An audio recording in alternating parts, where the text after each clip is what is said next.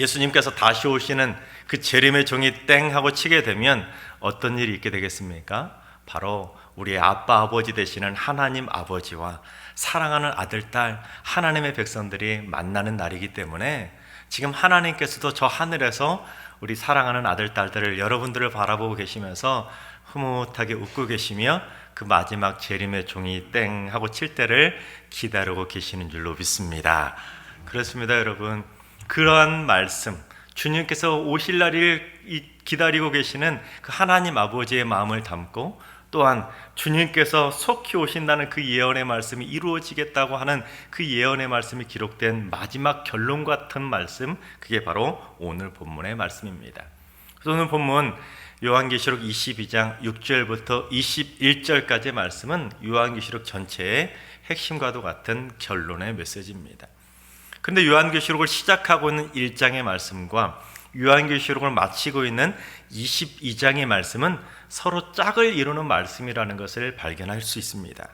그래서 실제로 구체적으로 말씀드리면 요한계시록을 시작하고 있는 첫 출발점인 요한계시록 1장 1절부터 8절까지의 말씀하고 요한계시록을 마무리하고 있는 오늘 본문 요한계시록 22장 6절부터 21절까지의 말씀을 서로 놓고 쫙 비교해 보시면 핵심적인 구절과 단어들이 12가지가 서로 반복되고 중복돼서 표현되고 있다는 것을 발견할 수가 있습니다.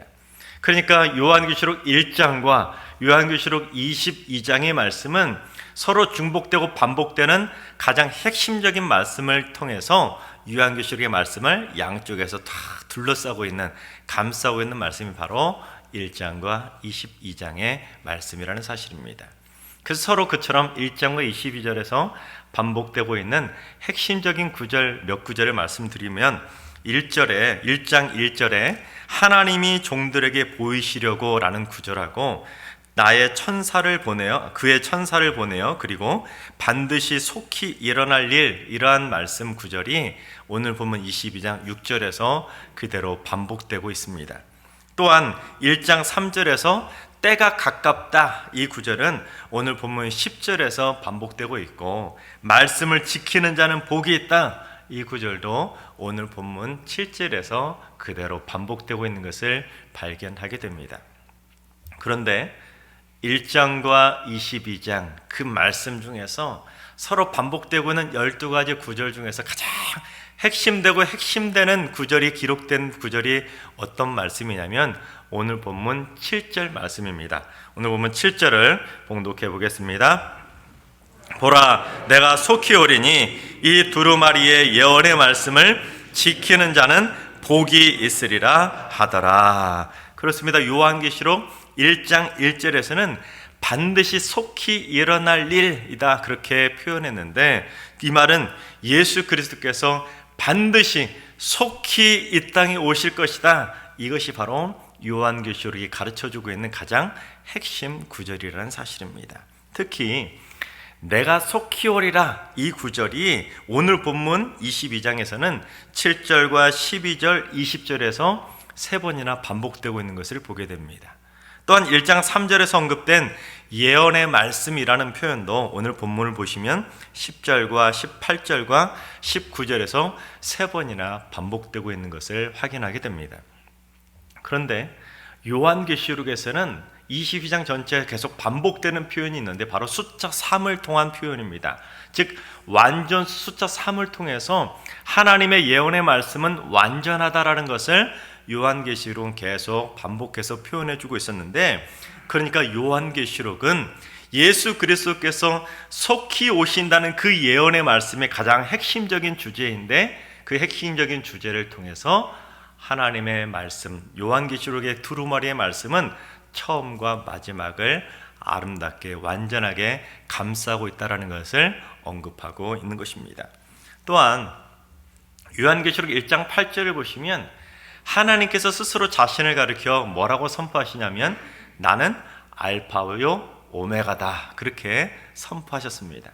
근데 오늘 보면 13절에서도 동일한 표현이 나오는데 13절에서는 하나님이 아니라 예수님께서도 스스로 자신을 선포하셨습니다.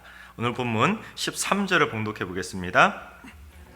나는 알파와 오메가요, 처음과 마지막이요, 마침이라.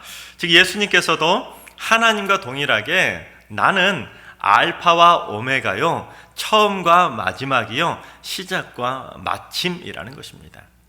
그런데 요한복음 1장을 보면 예수님을 뭐라고 표현하냐면 말씀이라고 표현합니다. 지금 말씀이라는 것이 태초에 말씀이 계시고 말씀이 육신이 되었다 말씀하시면서 예수님을 말씀이라고 표현합니다.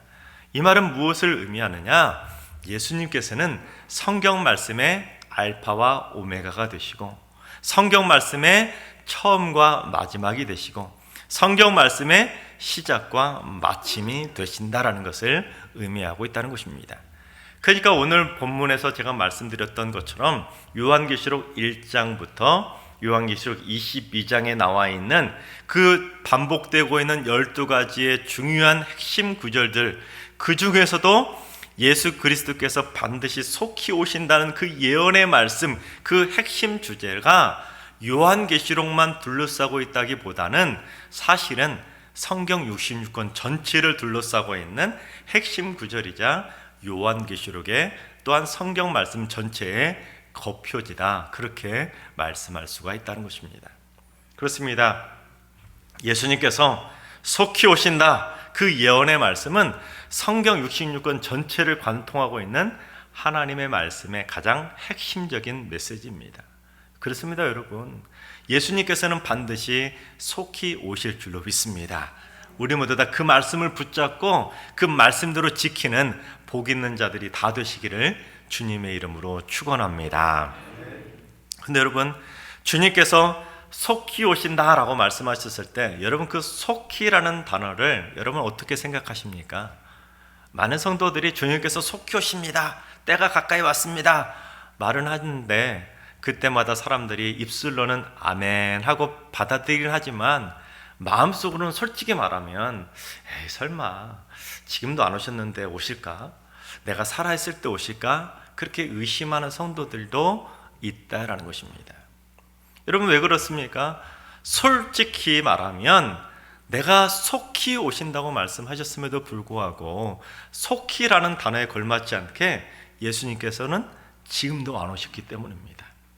여러분 요한계시록이 언제 쓰여진 책이냐면 주석가들에 의하면 AD 95년경에 요한계시록이 쓰여졌을 것이다, 그렇게 추정합니다.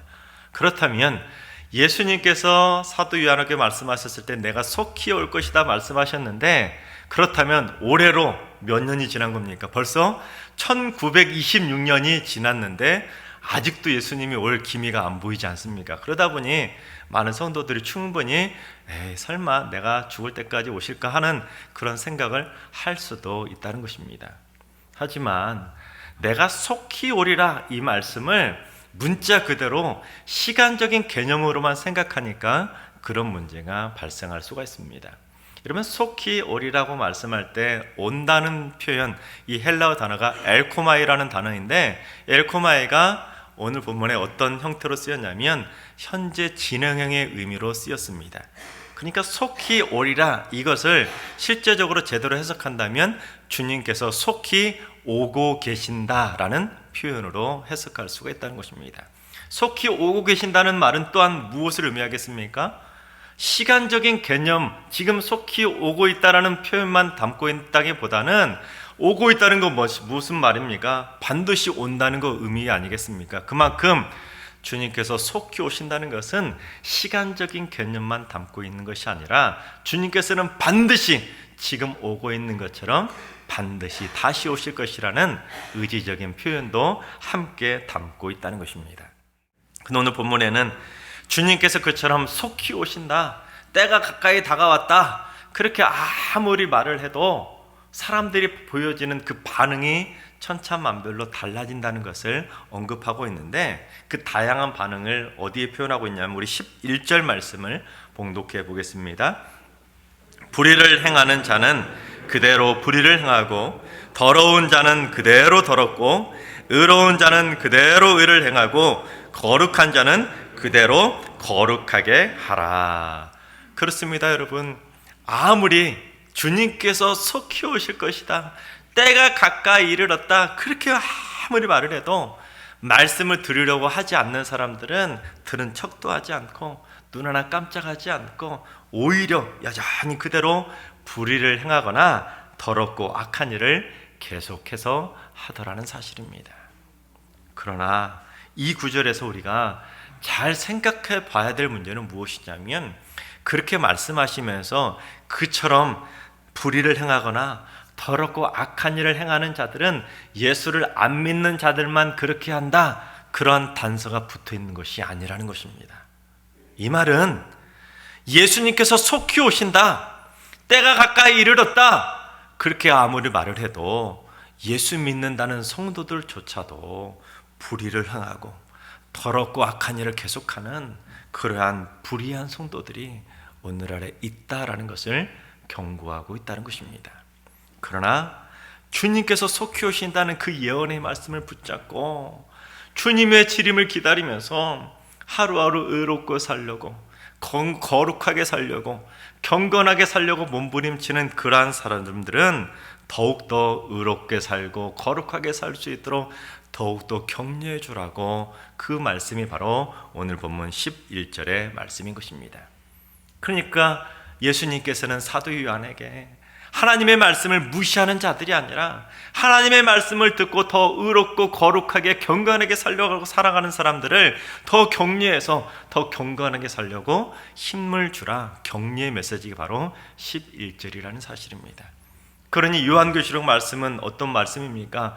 공포의 책이 아니라 요한계시록은 우리를 향하신, 하나님을 신실하게 의롭고 거룩하고 경건하게 믿고 있는 하나님의 백성들을 향한 격려의 메시지가 바로 요한계시록의 말씀이라는 사실입니다.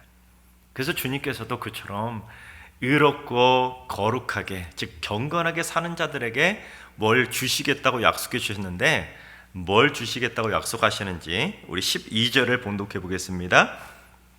보라, 내가 속히 오리니 내가 줄 상이 내게 있어 각 사람에게 그가 행한 대로 갚아 주리라. 그렇습니다. 속히 오시겠다고 하신 그 주님의 말씀을 붙잡고 날마다 의롭게 살고 날마다 거룩하게 살고 날마다 주님 보시기에 부끄럽지 않도록 경건하게 살려고 하는 그 사람들에게는 주님께서 다시 오시는 날 뭘 주시겠다고요? 상을 주시겠다고 약속해 주셨다는 사실입니다.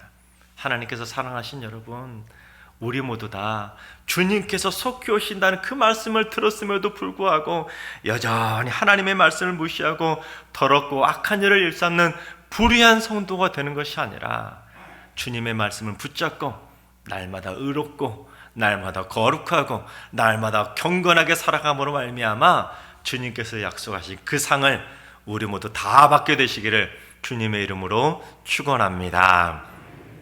오늘 본문을 보시면 주님의 재림을 준비하는 자들과 주님의 재림을 무시하는 자들을 다시 한번 극적으로 비교하고 있는 것을 보게 됩니다. 먼저 주님의 재림을 준비하는 자들에게는 어떤 복이 임하는지 우리 14절을 봉독해 보겠습니다. 자기 두루마기를 빠는 자들은 복이 있으니 이는 그들이 생명나무에 나아가며 문들을 통하여 성에 들어갈 권세를 받으려 함이로다. 그렇습니다. 자기 두루마기를 빠는 자들이란 표현은 어린 양의 혼인잔치에서 주님의 신부가 되기 위해서 그 혼인 예복을 깨끗하게 준비하는 것처럼 조금 전에 말씀드린 그 내용같이 날마다 주님 앞에서 재림을 준비하며 의롭게 살고 거룩하게 살면서 경건하게 살면서 주님을 재림을 준비하는 자들, 그러한 모습을 담아내고 있다는 것입니다. 그래서 그처럼 의롭고 거룩하게 경건한 모습으로 그 혼인 예복을 깨끗하게 빨고 살아가는 믿음의 백성들에게는 어떠한 복이 주어지느냐? 생명나무의 열매를 맛보게 되기 때문에 둘째 사망을 맛보지 않고 영생을 누리게 된다, 그것을 말씀하고 있다는 것입니다. 또한 새하늘과 새 땅에서 창조해 주실 그 새로 예루살렘 성에, 즉 오늘날로 말하면 우리가 생각하는 그 천국에 들어가게 되는 권세를 누리게 된다, 그것을 말씀하고 있다는 사실입니다. 하지만 반면 주님의 재림을 준비하지 않고 주님께서 속히 오신다는 말씀을 무시하는 자들에게는 어떠한 심판이 임하게 되는지 우리 15절을 봉독해 보겠습니다. 개들과 점술가들과 음행하는 자들과 살인자들과 우상 숭배자들과 및 거짓말을 좋아하며 지어내는 자는 다 성 밖에 있으리라. 여러분, 여기서 개라는 것은 강아지가 아닙니다. 하나님의 형상을 따라 심히 아름답게 창조되어진 사람답게 살지 못하고 말 그대로 개처럼 살아가는 그 악한 자들은 성 안이 아니라 성 밖에 있게 될 것이라고 경고하고 있다는 것입니다.